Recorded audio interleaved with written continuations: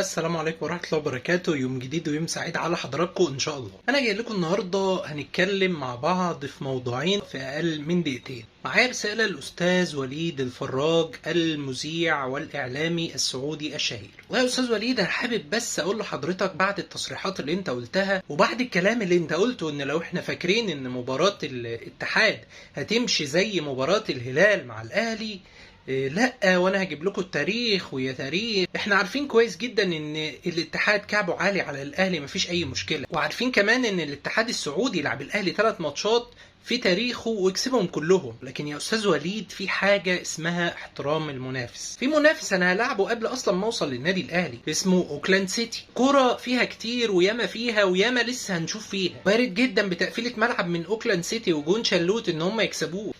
وياما حصلت كتير في تاريخ الكوره، وانا اللي اجيب لك التاريخ بقى واقول لك. معلش، هو مين كان يصدق ان المغرب تصعد للمربع الذهبي في كاس العالم؟ لو جبت اي حد قبل كاس القارات وقلت له ان مصر هتكسب ايطاليا 1-0 هيقول عليك مجنون. فاستنى بس قبل ما تلاعب الاهلي في ماتش عندك مع فرقه اسمها اوكلاند سيتي، اكسبوا الاول وبعدين تعالى اتكلم عن الاهلي. وبعدين كده انت لو مش واخد بالك انت بتصدر ضغط لفرقتك. احنا لو خسرنا هنزعل، ولكن هنقول ان كنا بنلاعب فابينيو وكانتي وبنزيما. ولكن انت لو خسرت انت صارف اموال طائله اصلا عشان تكون الفرقه دي، فالطبيعي ان انت تكسب اصلا. فانا لو من مارسيل كولر احط تصريحاتك دي في اوضه اللبس قبل اللقاء، هسخن بيها اللعيبه اقول لهم شوفوا الاعلام السعودي بيقول ان الاتحاد كعبه عالي عليكم، وان الناس هتجيب التاريخ تشوفوا. لو انتوا عاوزين تغيروا التاريخ ده انزلوا قدامكم الملعب اهو. فبيننا وبين الاتحاد الملعب ان شاء الله، وده لا يمنع ان احنا اخوات واشقاء في الوطن العربي. الحاجه الثانيه وهي تأكيد رجوع لاعبي النادي الأهلي الدوليين بعد لقاء أثيوبيا، وده اللي اتأكدنا منه من تصريحات كابتن خالد بيبو لصفحة النادي الأهلي الرسمي. إن شاء الله يكون لاعيبة النادي الأهلي كلهم جاهزين لمباراة السوبر الأفريقي أمام اتحاد العاصمة.